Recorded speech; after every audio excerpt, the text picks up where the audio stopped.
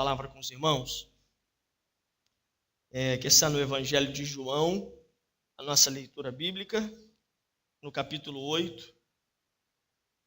João, no capítulo 8. Você sabe qual foi o presente mais gostoso que eu ganhei? Não é o melhor presente, mas o mais gostoso foi um tabuleiro de empadão que a irmã Teresa me deu. Do jeito que ela me deu, acabou, irmãos. É o mais gostoso, não é que foi o melhor. O Evangelho de João, no capítulo 8, eu vou ler até o versículo 11. É um texto que com certeza você conhece bem. Amém? Jesus, porém, foi para o Monte das Oliveiras, e ao amanhecer ele apareceu novamente no templo, onde todo o povo se reuniu ao seu redor, e ele se assentou para ensiná-lo. Os mestres da lei... Vocês acharam aí? Eu acho que eu comecei a ler rápido, né? Ou não? Hoje na escola bíblica eu disse assim, irmãos, eu esqueci, por isso que eu parei, eu queria falar isso. Vamos abrir em Gênesis capítulo 42, aí teve um adolescente que fez assim, ó. Eu não vou falar que foi o Felipe, filho do diácono Everson, para não constranger ele. Vamos abrir em Gênesis 43, aí ele pegou Gênesis.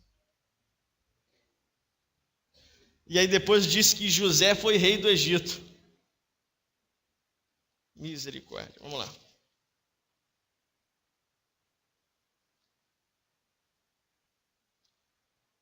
Versículo 3. Os mestres da lei e os fariseus trouxeram-lhe uma mulher surpreendida em adultério. Fizeram-na ficar em pé diante de todos e disseram a Jesus: Mestre, esta mulher foi surpreendida em ato de adultério. Na lei, Moisés nos ordena apedrejar tais mulheres, e o Senhor que diz? Eles estavam usando essa pergunta como armadilha a fim de terem uma base para acusá-lo. Mas Jesus inclinou-se e começou a escrever no chão com o dedo. Visto que continuavam a interrogá-lo, ele se levantou e lhes disse: Se algum de vocês estiver sem pecado, seja o primeiro a atirar pedra nela. Inclinou-se novamente e continuou escrevendo no chão. Os que ouviram foram saindo um de cada vez, começando pelos mais velhos. Jesus ficou só com a mulher em pé diante dele. Então Jesus pôs-se em pé e perguntou-lhe. Perguntou o quê? O que Jesus perguntou para essa mulher? Mulher, onde estão eles? Ninguém a condenou? E aí o versículo 11, Jesus diz, Ela disse, ninguém, Senhor, disse ela. Então declarou Jesus, eu também não a condeno. Agora vá, abandone a sua vida de pecado. Só até aqui a leitura da palavra de Deus. Vamos orar? Feche os seus olhos. Deixa a sua Bíblia aberta nesse texto. Pai, Deus Todo-Poderoso, nós, com certeza, Senhor Deus, nós cremos que há algo de Deus para o nosso coração hoje, Senhor Deus. E nós viemos aqui ouvir a Tua voz, reconhecendo, Senhor Deus, a nossa natureza humana, pecaminosa, reconhecendo, Senhor Deus, o quanto precisamos ser alimentados e renovados pela Tua palavra. Pai, usa a minha vida, derrame a Sua graça, Senhor Deus, a Sua bondade e a Sua unção, Senhor Deus, para que eu venha ser apenas aquilo que o Senhor deseja nessa manhã. Eu oro e já te agradeço em nome de Jesus. Amém e amém. Irmãos, eu hoje gostaria de falar um pouquinho de alguma coisa que eu venho digerindo há algumas semanas, alguns pensamentos e algumas situações que eu tenho procurado pensar e procurado discutir comigo mesmo sobre o Evangelho, sobre a nossa relação com o Evangelho, sobre a relação da igreja com as pessoas, sobre a nossa relação com algumas situações que a cada dia que passa têm se tornado mais complicadas, têm se tornado graves problemas que nós não temos percebido. Eu queria hoje ministrar uma palavra falando sobre o Evangelho da empatia. um evangelho empático, do ponto de vista da empatia. Observe que existem coisas na vida que nós, com o tempo, nós vamos perdendo. Com o passar do tempo, vão deixando de existir gradativamente na nossa vida. Infelizmente, eu não sei se você concorda comigo, por exemplo, nós vamos perdendo a capacidade de ter medo de algumas coisas. Com o passar do tempo, né? Você lembra da criança? Eu aqui, na sexta-feira, no culto da família, estive ministrando uma palavra, falando sobre a relação de Davi com Eliabe, quando Eliabe diz lá, você é presunçoso, você veio aqui só para querer atrapalhar, só para querer incomodar. Eu estava com uma criança, veio uma criança, eu esqueci o nome da criança agora, e aí eu parei no meio do caminho para conversar com a criança e ela estava segurando a chupeta na mão. E eu disse assim para a criança, me dá a sua chupeta. E ele disse assim, não dou não, dá a sua chupeta para o pastor. Primeiro a gente fala assim, dá a sua chupeta para mim. Ela, não dou não, então dá a sua chupeta para o pastor, também não dou não. Aí eu disse para ela assim, mas por que você chupa chupeta? Ele disse assim, eu chupo chupeta para dormir. Né? Se você tem dificuldade de dormir, querido, só chupar uma chupeta. Tá bom? Eu chupo a chupeta para dormir. E eu falei assim, mas por que você chupa a chupeta para dormir? Uma criança de uns 3 anos, mais ou menos. Eu chupo a chupeta para dormir porque eu tenho medo de escuro. Né? E aí eu brincando ali com ele, é lógico, né, que no final oramos, ungimos. Mas com o passar do tempo, essa criança também não terá mais medo de escuro. Né? Nós vamos, ao longo do tempo, nós vamos perdendo a capacidade de perder o medo. Né? Eu também já tive medo de escuro. Eu também já tive medo de bate-bola. Quem que já teve medo de bate-bola também? Só eu. Ah, não, o irmão lá atrás teve. Tem pessoas que não têm medo de bate-bola porque eles são os próprios bate-bolas, né, irmãos? Tem criança que tem medo de palhaço, né? Eu já tive. Então, nós vamos perdendo a capacidade de ter medo. E observe que interessante que nós vamos perdendo o medo de algumas coisas. Existem coisas em nossas vidas que elas vão se tornando naturais. Vai se tornando, por exemplo, natural aquilo que há um tempo atrás para nós era um absurdo. Vai se tornando comum aquilo que um tempo atrás era incomum. Vai se tornando, por exemplo, natural para nós mesmos a capacidade de nós nos permitirmos sermos roubados de nós mesmos. Quantas pessoas aqui não estão sendo roubadas de si mesmas? Na verdade, estão se permitindo serem roubadas de si mesmas. Nós hoje vivemos uma confusão muito grande, nós não sabemos mais o que nós somos. Nós não sabemos se somos aquilo que nós tentamos passar para os outros, ou se nós somos aquilo que nós tentamos esconder com aquilo que tentamos passar. Vai se tornando natural ser refém de muitas situações da vida. Hoje nós fazemos muitas coisas, não é porque gostamos, mas fazemos muitas coisas para esconder aquilo que nós somos. Vamos sendo refém daquilo que já fomos saqueados. Nós vamos nos permitindo não ter mais medo de sermos roubados de nós mesmos. É uma coisa que nós vamos perdendo o medo. Por exemplo, nós vamos perdendo o medo de viver uma vida apenas como se nós fôssemos um personagem de um mundo que nós criamos. Olha que loucura. Nós vamos criando personagens, tentando melhorar a vida através das encenações. Nós estamos vivendo um tempo agora, deixa eu aqui abrir um parênteses, daqui a pouco eu vou fechar, que vão surgir agora, nesse período eleitoral, muitos personagens. Muitos. E eles aprenderam que quando eles são personagens, eles tocam em necessidades. E se eles tocam em necessidades, eles se tornam necessários. E aí, porque você vê ele como uma necessidade, ou algo necessário, você diz, eu vou votar nele. Sem perceber que ele pode estar sendo um personagem apenas para conseguir o seu voto. Quantas vezes nós já não votamos e depois falamos assim, puxa vida, desperdicei o meu voto. Por quê? Você votou no personagem. Você votou no personagem. Quantas vezes nós não criamos para melhorar a vida personagens? É melhor ser um personagem do que ser uma pessoa na vida real. Nós não temos mais medo disso. Uma certa vez, eu assisti uma entrevista de uma pessoa que já foi atriz, um modelo,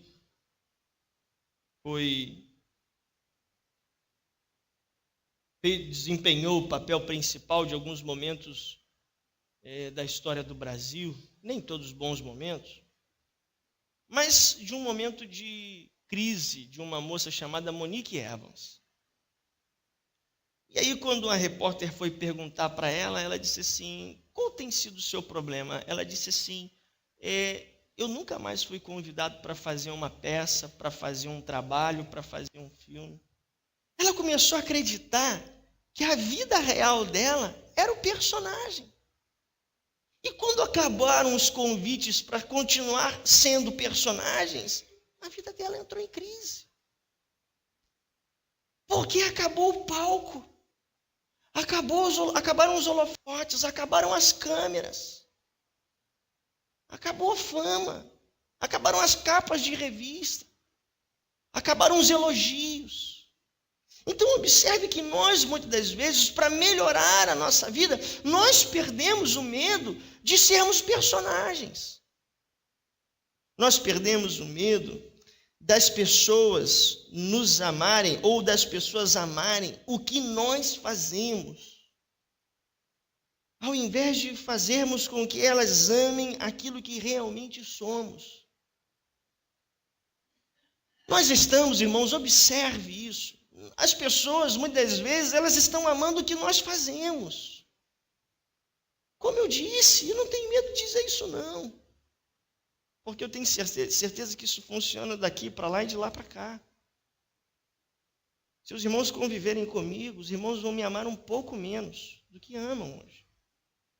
Porque os irmãos vão perceber muitos erros que eu cometo. E que o encanto vai acabar. Certa vez eu estava num congresso, isso foi em 2004, a pastora Ademar de Campos estava ministrando, falando sobre inimigos de alguma coisa, não me lembro. E ele disse, antes de começar a palavra dele, irmãos, sou tão humano quanto vocês são. E se os irmãos conviverem comigo 30 dias, os irmãos vão conhecer um Ademar de Campos, que os irmãos não vão ter capacidade de amar. É verdade. Nós, às vezes, estamos nos esforçando para as pessoas nos amarem mais por aquilo que fazemos do que por aquilo que nós somos. Porque se conhecer o que nós somos realmente, não vão nos amar. Então é melhor eu fazer algo diferente daquilo que sou para ver se eu consigo alguém me amando um pouco mais. Olha como é que nós somos. Nós vamos vivendo a vida, fazendo com que pessoas nos amem por aquilo que fazemos, ao invés de nos amarem por aquilo que nós realmente somos. Nós vamos perdendo essa capacidade de ter medo disso. Nós vamos perdendo a capacidade de vivermos no plural para nós vivermos apenas no singular. Nós vamos assim, perdendo a capacidade de viver no plural para nós vivermos apenas no singular. Nós vamos vivendo a nossa vida cada vez mais longe dos medos que deveriam nos tratar, dos medos que deveriam nos melhorar. Eu gostaria de falar um pouco sobre isso nessa manhã. Quando nós vivemos no plural, seria tão bom a gente saber o nome desse candidato, né? Para a gente dizer, ó, se não respeita a igreja, né? Não merece o seu respeito, não merece o seu voto, desculpe. Quando nós vivemos no plural, nós precisamos compreender que eu vivo Deus e eu. Viver no plural é colocar Deus e depois eu. É a manifestação, escute isso, a manifestação da igreja acontece no plural. Não existe como haver a manifestação da igreja, estou falando igreja não de Nova Vida, mas com I maiúsculo. Com I maiúsculo. Se nós não vivermos no plural. Ou seja, Deus e eu, nós. Quando nós vivemos a vida nesse ponto de vista, nós manifestamos então a empatia. Olhamos para pessoas com os olhos de Deus. É Deus e eu vivo no plural. Nós amamos as pessoas com o amor de Deus. Nós ajudamos as pessoas com as mãos de Deus. Nós falamos com as pessoas com a boca de Deus. Ou seja, eu vivo no plural. E se nós observarmos, a manifestação da igreja, ela não vai acontecer no singular. A manifestação da igreja vai acontecer no plural. É Deus e eu. É onde se manifesta o evangelho da empatia. É onde se manifesta o evangelho de eu olhar com os olhos de Deus, eu falar com a boca de Deus, eu ajudar com as mãos de Deus, eu amar as pessoas com o amor de Deus, não com o meu amor não presta, mas amar com o amor de Deus. Eu preciso aprender a deixar a falta de medo de lado para eu poder voltar a ter medo de... Não, eu não posso viver no singular, mas eu também preciso compreender que eu também posso viver no singular. Quando nós vivemos no plural, nós estamos falando de Deus e eu. Quando nós vivemos no singular, nós estamos falando de quê? Eu e eu.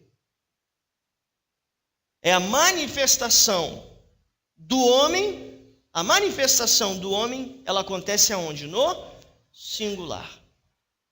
Nós estamos, irmãos, ouça isso nessa manhã, nós estamos perdendo o medo de viver no singular. Quando nós vivemos no singular, desse ponto de vista, a minha vontade torna a minha vida uma antipatia. Nós olhamos para as pessoas do nosso ponto de vista, nos tornamos egoístas.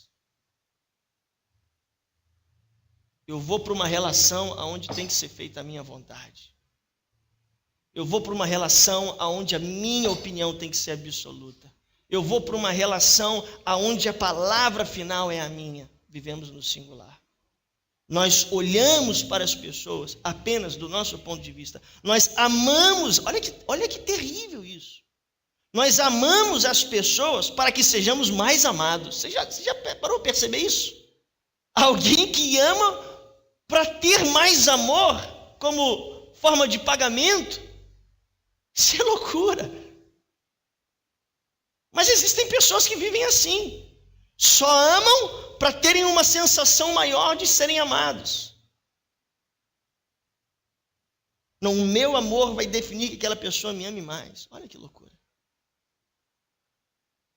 Nós ajudamos as pessoas para que nós sejamos mais ajudados. Nós falamos às pessoas para que o meu interior viva uma experiência de vaidade. Você sabia, queridos, que tem pessoas que abrem a boca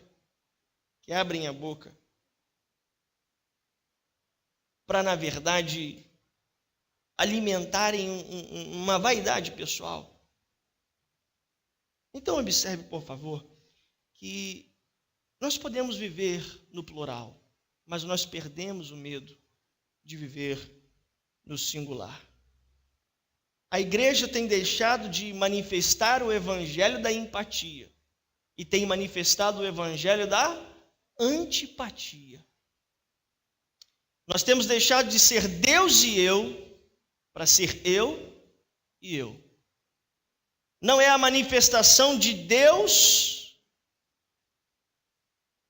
na igreja, mas é a manifestação do homem na igreja. Então, quando eu olho para isto, nesta enorme discussão que nós precisamos nunca terminar sobre igreja, sobre evangelho, sobre reforma, sobre observarmos que a igreja perdeu esse medo de ter um olhar antipático. Hoje a igreja ela tem um olhar cada vez mais antipático. Nós observamos que a igreja ela tem perdido, né? Não perdeu, mas tem perdido esse evangelho da empatia. A igreja hoje não olha mais com olhar de misericórdia. A igreja hoje não olha mais com olhar de compaixão. Não olha mais com olhar de solidariedade. A igreja perdeu o medo de ser uma igreja que olha de forma antipática. É o evangelho da culpa engolindo o evangelho da empatia. Ô, irmão Jorge, pede para os irmãos aí fora conversar só um pouquinho mais baixo para não atrapalhar eles. É o evangelho da culpa engolindo o evangelho da empatia. Nós vamos assim, vivendo assim. Nós vamos sendo tratados assim. Então observe que aquela mulher passou por uma crise. Aquela mulher, ela viveu um grande problema. Ela esperava um evangelho da empatia. Mas ela se encontrou com que evangelho? O evangelho da acusação. E diante da acusação, isso é interessantíssimo, diante da acusação, Jesus vem e destrói o evangelho da acusação com o evangelho da empatia. Aquela mulher vive um grave problema na vida dela, uma crise, e aí ela esperava, diante daquela crise, o quê? Ela esperava o evangelho da empatia. Mas aí ela se depara com o evangelho do quê? Da culpa, da acusação. E aí vem Jesus e destrói o evangelho da acusação com o evangelho da empatia. Então, Jesus olha para aquela mulher de que forma? Versículo de número 11. Versículo de número 11. João 8, verso 11. Ninguém, Senhor. Jesus perguntou o que para ela? Onde estão aqueles que te acusaram? Aonde estão? Aí Jesus faz uma segunda pergunta. Ninguém a condenou? E aí o que aquela mulher responde? Ninguém, Senhor. Aí o que Jesus diz para essa mulher no versículo de número 11? Volte os seus olhos ao texto sagrado. Declarou Jesus. Declarou o nosso Deus. O que o nosso Deus declarou? Eu também não a condeno. Agora vá e faz o quê? E abandone a sua vida de pecado. O que Jesus faz com o evangelho da culpa? Jesus pega o evangelho da culpa e destrói aquele evangelho através do evangelho do quê? Da empatia. Então eu quero nessa manhã observar com você que as nossas crises, elas revelam três coisas. A primeira coisa que uma crise revela é quem são os nossos amigos. A crise ela vai revelar quem são os seus verdadeiros amigos. Quem é empático? Quem olha para você do seu ponto de vista, quem respeita você, quem ama você mesmo sendo imperfeito. Há alguém aqui que é imperfeito além de mim? Levante sua mão aí. Nós somos imperfeitos. Não existe evangelho da perfeição. Mas a crise ela vai nos mostrar quem são os nossos amigos, que nos amam, mesmo nós cheirando o cheiro da imperfeição. A crise ela também vai nos mostrar quem não são os nossos amigos. Nós não prestamos porque nós erramos. 10 diz lá a culpa, né? Essa mulher merece ser apedrejada por quê? Porque errou. Ela errou. Então ela não presta por quê? Porque errou. É o evangelho do quê? Da culpa. Vamos culpar. Eu estava falando disso ontem lá no Rio, com a turma, dizendo assim, nós hoje estamos vivendo num tempo que cada dia que passa nós estamos querendo culpar mais. Nós estamos querendo arrumar argumentos para culpar mais, né? Para abandonar esse evangelho da empatia e dizer, não, eu estou certo, mas eu estou certo porque o fulano está errado. É assim que nós vamos vivendo. Vamos culpando. Nós também observamos que no dia da crise, nós percebemos quem não são os nossos amigos. Mas há uma terceira coisa que eu queria chamar a atenção. No dia da crise, nós também conhecemos os juízes. Aqueles que uma coisa é não ser amigo, outra coisa é tentar piorar o que já não está bom. Os juízes que nós conhecemos nos dias das crises, nos dias da crise, eles tentam piorar o que já não está bom. Aquela mulher já não estava bem. Mas aqueles homens foram ali fazer o quê? Vamos piorar o que já não está bom. São aqueles que são os perfeitos, abre e fecha aspas. São os que julgam, são os que culpam, são os que condenam.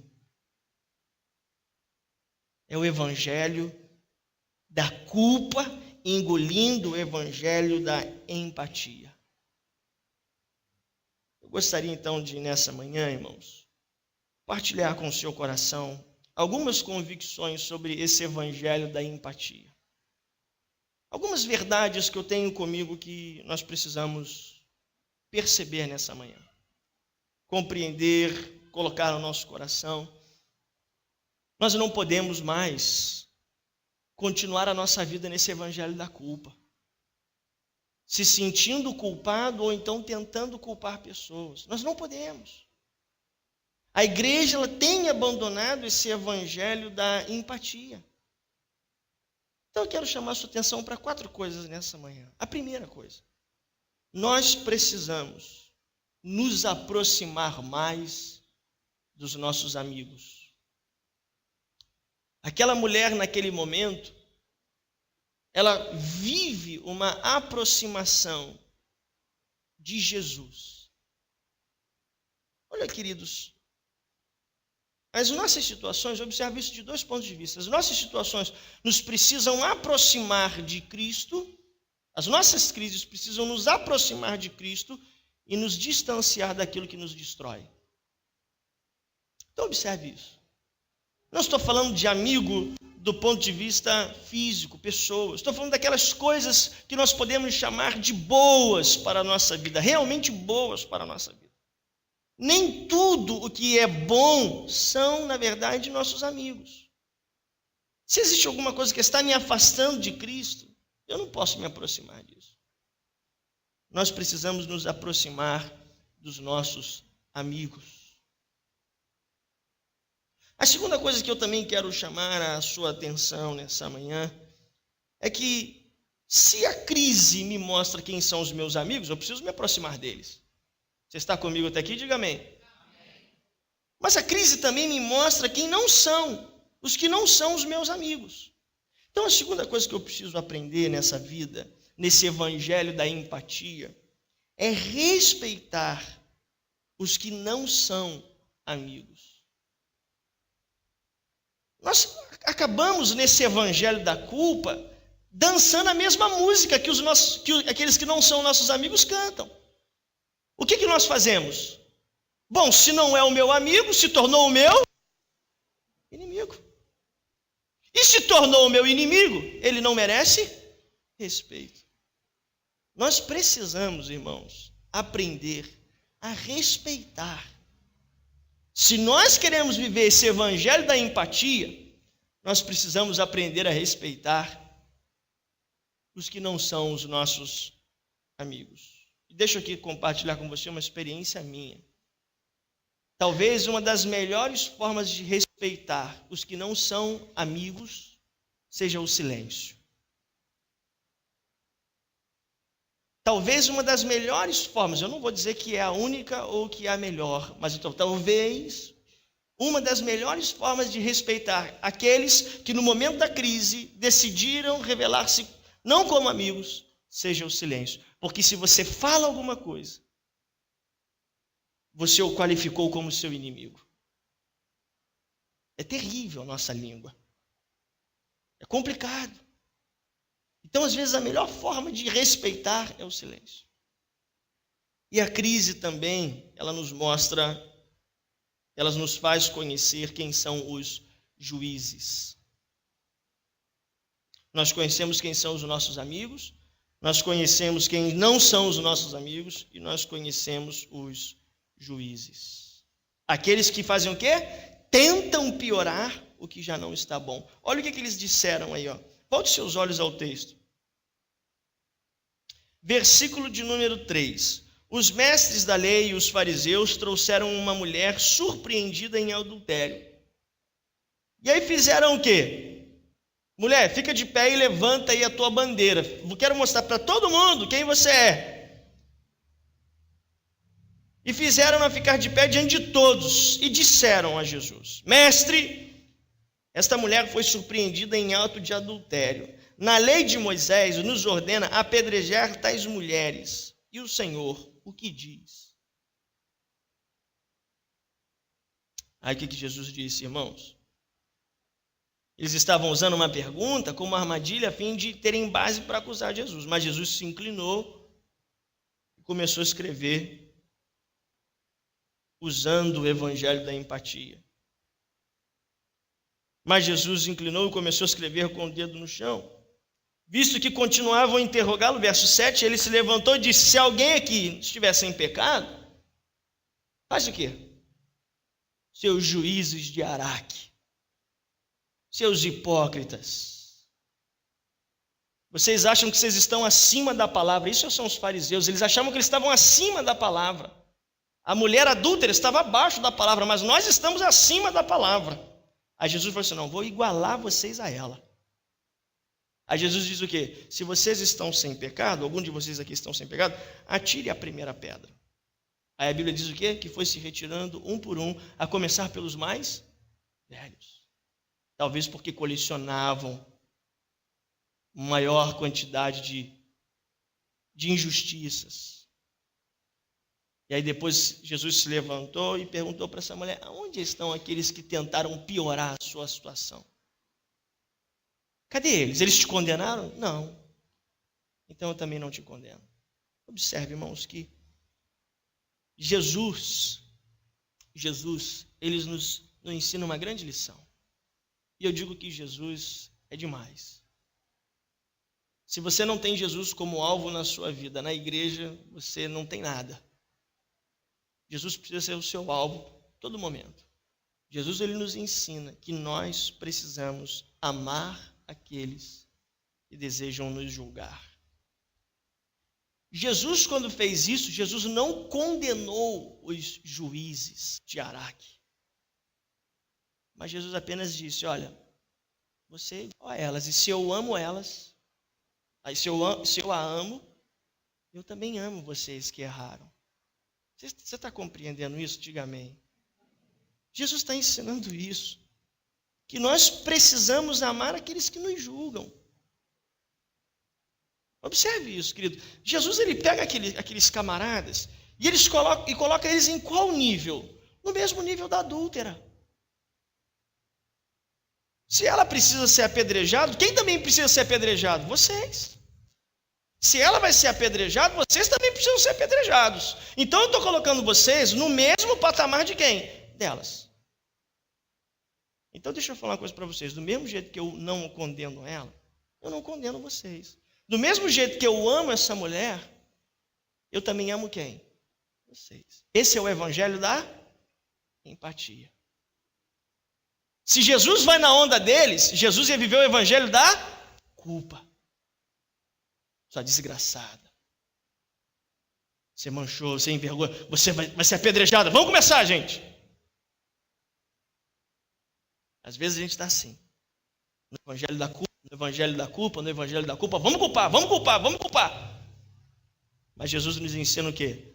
Ame aqueles que têm te julgado. Jesus desceu eles ao nível daquela mulher, se é que eu posso dizer que elas estavam num nível abaixo, ou subiu eles ao nível daquela mulher, e disse, olha, do mesmo jeito que eu amo elas, eu amo você. Aí o que eles fazem? E aí é o detalhe. Há um detalhe muito interessante. Muita gente não quer ser amada. Muita gente não quer ser amado.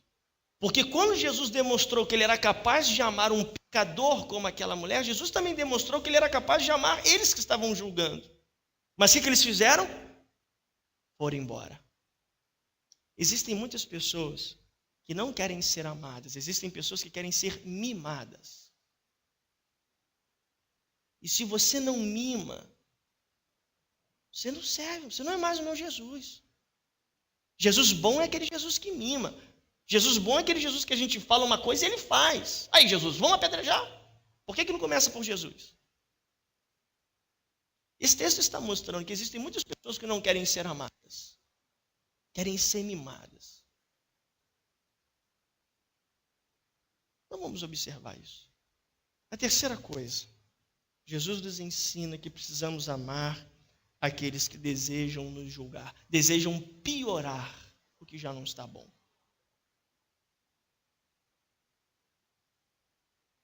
Deixa eu falar uma coisa para você, nessa manhã,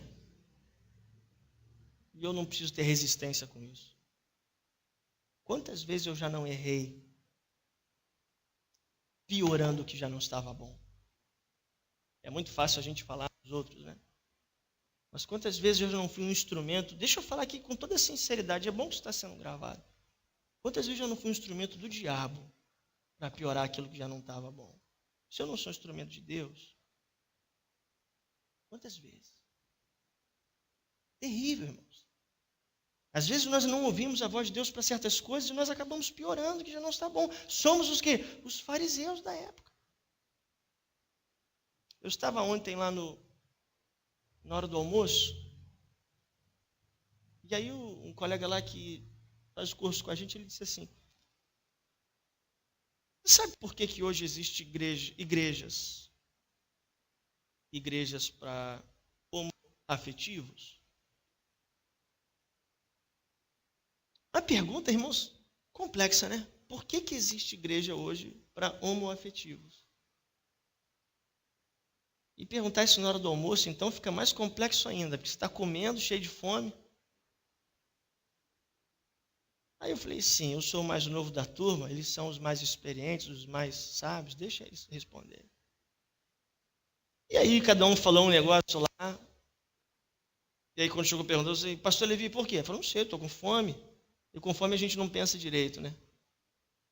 E aí ele disse assim, sabe por que existe hoje igreja para homoafetivos? Porque a igreja de Cristo não tem capacidade de receber os homossexuais. Então eles precisam ir para outro lugar para se sentirem amados. Não estou falando de modo nenhum concordar com alguma prática. E eu pensei sobre isso, vim a viagem pensando sobre isso. É verdade. Nós temos capacidade de amar os que matam, os que adulteram, ou talvez até não. Nós temos capacidade de amar os que roubam, né? De amar. Nós não temos capacidade de amar os. Sai daqui, aqui não é o seu lugar. É isso que a igreja está fazendo. É o evangelho do quê? Você está doente. Você está doente, você precisa ser tratado. Eu estou muito perfeito para você ficar aqui no lugar que eu estou. Como é que a gente age? Sou perfeito demais para você ficar no meu ambiente. Essa mulher adúltera, ela fede pecado, ela não pode estar perto de mim. Vamos matar ela, vamos apedrejar. É assim que a gente age. É o evangelho do quê? Da culpa. Ao invés da gente viver o evangelho da empatia.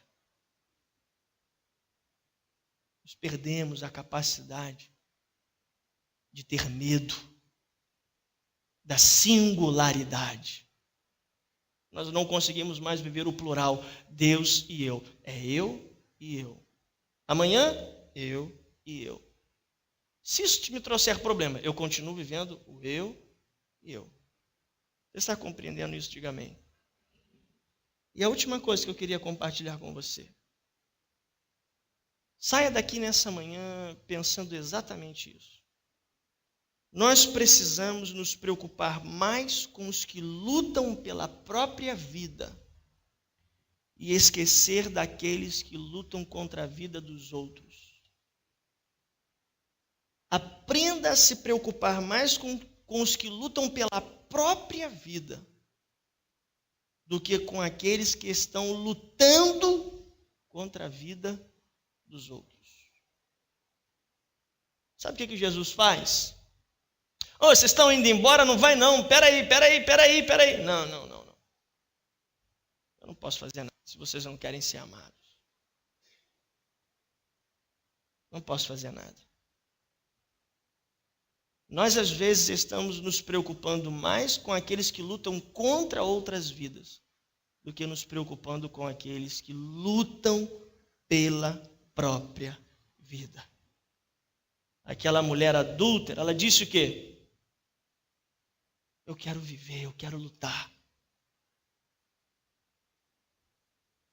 Que nós possamos hoje aprender isso. Aprenda a se preocupar mais com aqueles que estão lutando pela vida. Lutando pelo evangelho da empatia. Eu preciso, irmãos, me desprender de muita coisa que me ferve o sangue, que atribula o meu coração para eu viver o evangelho da empatia. Mas eu preciso aprender a me preocupar mais com que os que lutam pela vida, com que aqueles que lutam contra outras vidas ou contra a vida dos outros.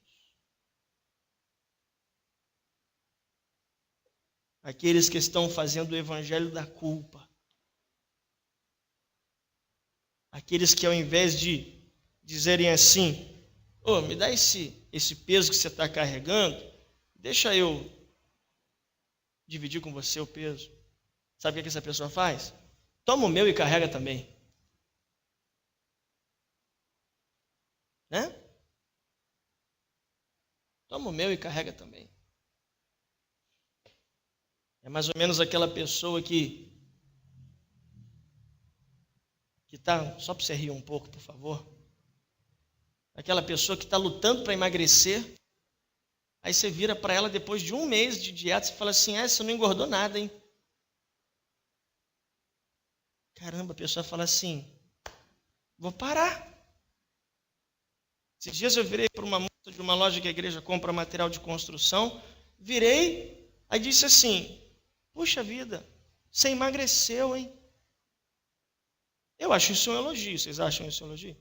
Ela virou para mim, irmão, e disse assim, só falta você dizer que eu também estou doente.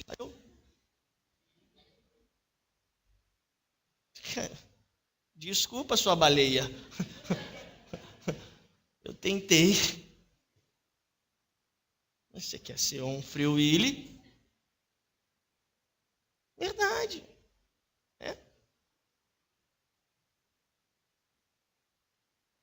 Nós precisamos. Eu vejo muitos movimentos por aí, voltar ao evangelho, voltar aqui ao evangelho. Que evangelho, irmãos? Voltar ao evangelho da empatia. Abandonar esse evangelho da culpa, deixar a vida do singular para viver a vida no plural. Deus e eu, não eu e eu. Que Deus nos abençoe em nome de Jesus. Vamos nos colocar de pé.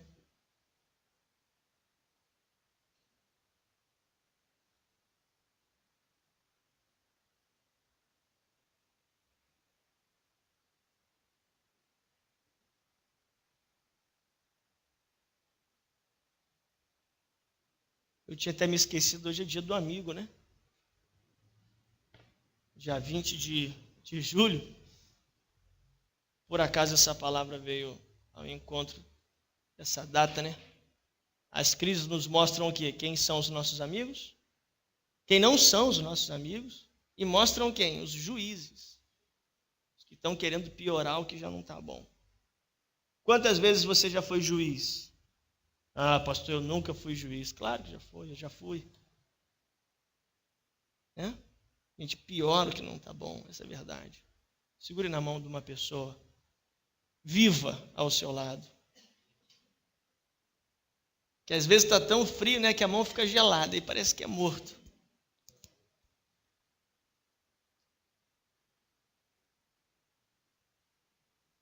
Vamos orar, irmãos.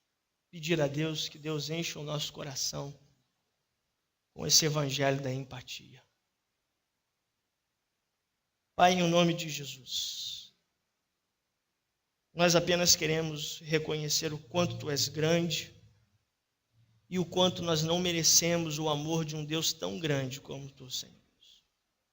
Ó Pai, nós reconhecemos a nossa incapacidade de sermos semelhantes a Ti. Apenas nos esforçamos, Senhor Deus, para, ó Pai, vivemos os Teus propósitos em nós e através de nós.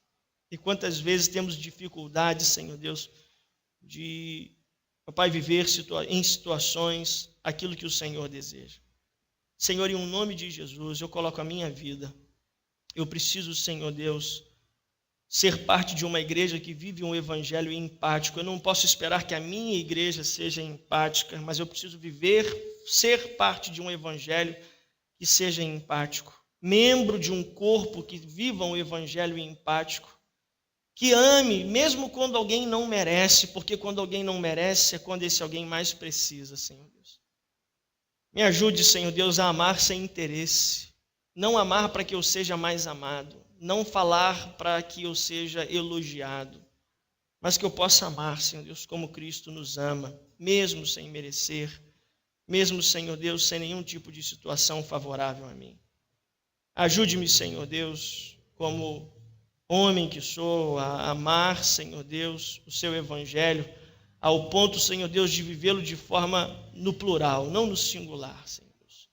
Que nós sejamos muito mais do que visitantes ou frequentadores de uma igreja, que nós possamos ser a Sua igreja, Senhor Deus.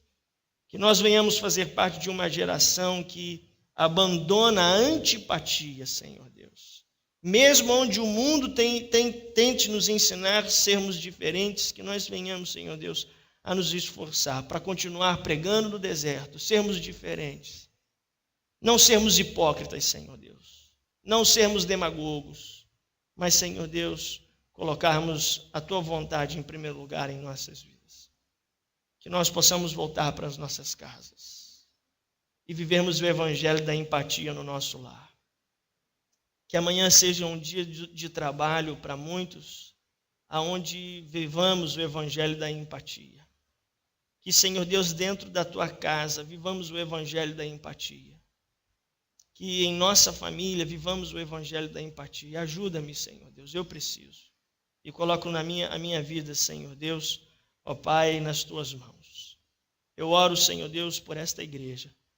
Que nós possamos, ó Pai, viver e ser parte de um evangelho empático.